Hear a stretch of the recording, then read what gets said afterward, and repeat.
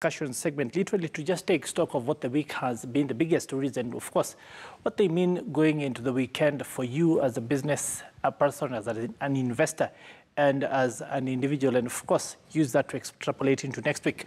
Now, joining me in studio, as usual, on Friday, Ken Geshinga. Karibu sana. Thank you for having me, Peter. Now, Ken, of course, is the chief economist at Mentoria Consulting, and he is, well, the person who tracks the week on a day-to-day, tracks the economy on a day-to-day basis, and now lends us his expertise. Now, Ken, biggest story of the week, I think Safaricom. Correct. Huge numbers, breaking several different records.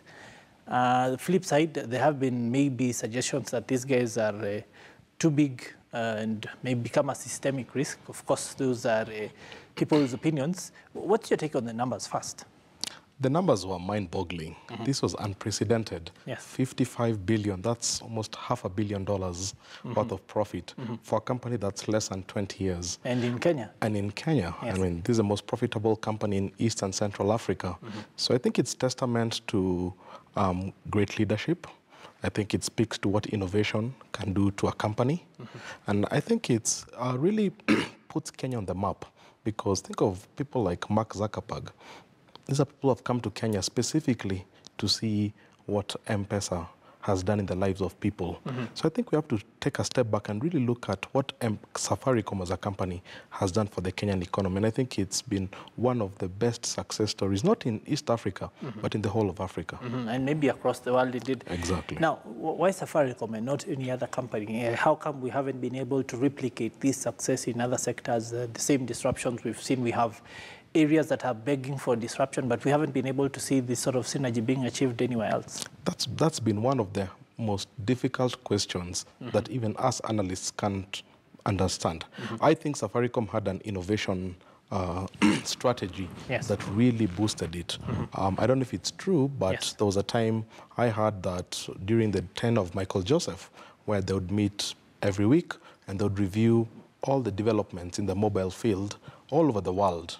And I think if every company would have an innovation hub where one day a week, people don't come thinking they're HR, their finance, their marketing. People just come and think about what's the biggest thing in our industry. I think we would have a lot more Safaricoms in Kenya. Yeah, Safaricom is also said to be one of the best places to work in Kenya, also one of the toughest working environments because of the way they push individuals. We have seen lots of individuals come and go in various roles, going out into different companies. How come they are not replicating this success into those stories, starting stories of transformation and literally bringing these work ethos there? Well, it goes down to grit, and really grit. I remember somebody says grit stands for greatness requires internal toughness. That's something that Michael Joseph really pushed hard. And I think he inculcated it in the culture of Safaricom. Why the Safaricom alumni have not replicated it in the companies they have gone to, just talks about where corporate culture in Kenya is. I don't think innovation has really deep roots in the Kenyan corporate culture. I still think we have a culture of patronage. I think we have a culture of status quo. And I think we still give lip service to innovation. But I think there are few companies that have really embraced innovation. I think we're starting to see what they can really do for the economy.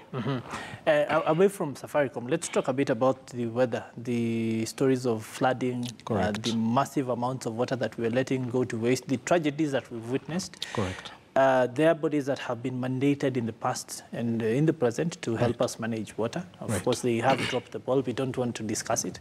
But in terms of economic costs, are we able to quantify what the opportunities lost and the destruction would cost the economy? Well, first of all, let me say that many of these ideas have solutions which have already been mapped out, but they're gathering dust in government offices. For the water issue, I can tell you that the Japanese have, as far back as 2005, created a water master plan for Kenya.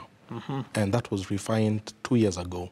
So if you go to Ministry of Water, they use that policy paper. And the Japanese are really as good as it gets to engineering these things. Why we don't see this kind of wisdom translating to projects on the ground, whether it's in agriculture, where you have the research agencies doing immense research, but it doesn't get to the field officers. Where there's always a disconnect is, for the life of me, I've never been able to explain why that's the case. I think sometimes there are people who benefit from that information asymmetry, because when you have an information asymmetry, you create opportunity to take advantage of situations. But I think if all the strategic documents sitting in these ministries were fully activated, you talk about the floods, we have a whole national disaster management bill still sitting in Parliament. 1 year later on, still needing the persuasion of parliamentarians for it to see the light of day.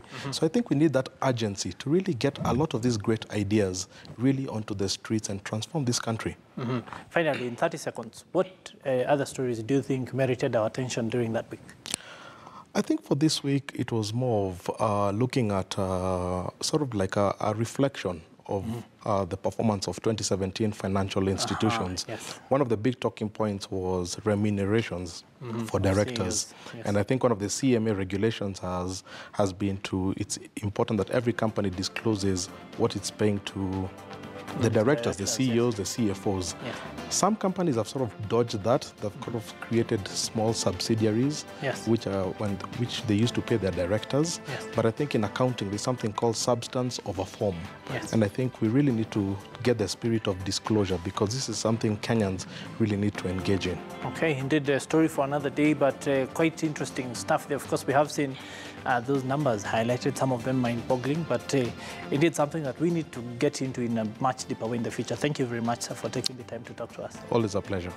So we want to end this half-hour show on that note, of course, having looked into the big stories of the week with Ken Geshinga, who is, well, the Chief Economist at Mentoria Consulting. And that is it for KTN Business Today for this week.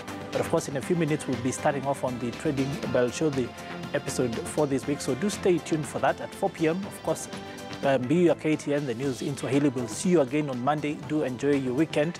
Kwaheri ya kuonana.